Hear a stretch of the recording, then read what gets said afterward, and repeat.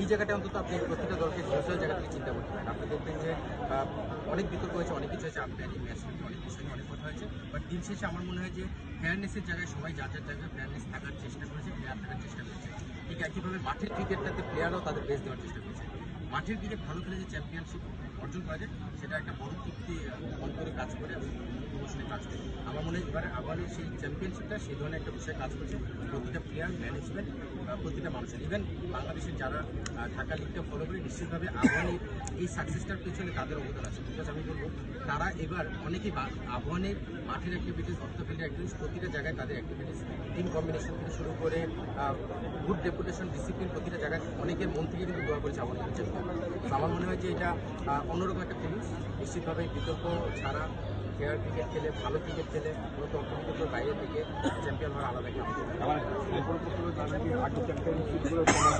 একটা আমি সেভাবে বলতে চাই না, যেহেতু আমি আগে কোচিংয়ের সময় 9 বছর ছিলাম না। সো আমি আসলে 8 বছর তো এজ গ্রুপ সিলেক্টেড ছিলাম। আমি ঢাকা লিগটা খুব একটা ফলো করতাম না, আমি আহ্বান আর আমি সেটাই বলছি, যার কারণে আহ্বানের খেলাও আমি ওইভাবে দেখি। আমি গত 1 বছর লিগ দেখেছি ন্যাশনাল সিলেক্টেড হওয়ার পরে। তো আগের যে বিষয়টা ছিল, আপনি আহ্বানে অনেক টাকা খরচ করে টিম করতো, ন্যাশনাল প্লেয়ার সবাইকে নিয়ে টিম করতো, চ্যাম্পিয়ন মোটামুটি ধরেই নেওয়া যেত প্লেয়ার্স কোয়ালিটি দেখে। তো এখান থেকে আমার মনে হয় যে আগের আহ্বানে যে চ্যাম্পিয়ন হয়েছে, আপনি মাঠের ক্রিকেটও তাদেরকে ছোটো করে দেখতে পারেন, আপনি নামগুলো দেখলেই পাচ্ছেন, পারফরমেন্স দেখতে পাবেন। এবারে যে বিষয়টা ছিল, নামগুলো আপনি ভারী নামগুলো পাবেন, খুব বেশি খুঁজে পাবেন না। সেখানে মাঠের ক্রিকেটে ডিফারেন্টভাবে স্ট্র্যাটেজি সাজিয়ে চ্যাম্পিয়ন হতে হয়েছে। তো এটার ফিল্ডটা একটু আলাদা, আমি সেটাই বলতে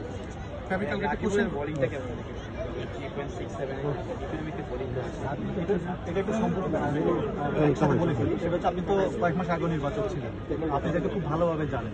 ধরেন এখন নির্বাচক নেই, বাট আপনি যদি মূল্যায়ন করেন এই প্লেয়ারদেরকে, বিশেষ করে তাদের খেলা আপনার ভালো লেগেছে, একটু যদি ওভারঅল আপনি ওভারঅল প্রিমিয়ার লিগের কথা বলছেন।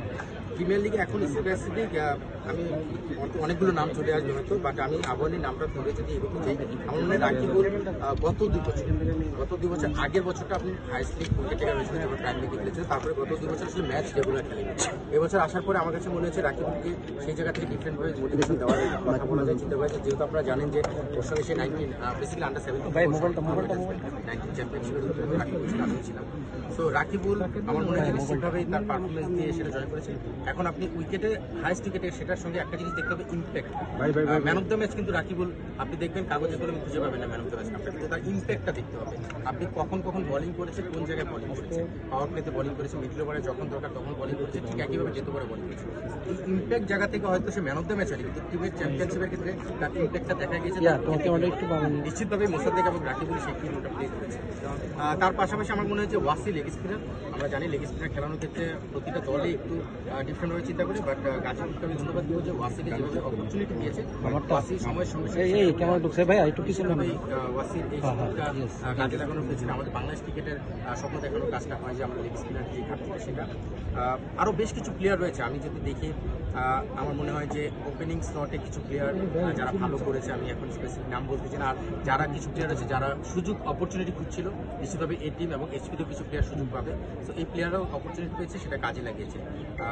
আমার মনে হয় যে ওভারঅল যদি আপনি দেখেন, ইন্ডিভিজুয়াল অনেকগুলো প্লেয়ারের পারফরমেন্স বলতে হবে। বিজয় চমৎকার ব্যাটিং করেছে, একটা দল যে দলটাকে কেউ সেভাবে রেডি করেনি, সেই দলটাকে বিজয় তার পারফরমেন্স দিয়ে এই জায়গায় উঠে এনেছে। সো নিশ্চিতভাবেই তার পারফরমেন্স ঠিক একইভাবে নাইম শেখ, শামীম পাটোয়ারি, অনেকগুলো নামই বলা যেতে পারে।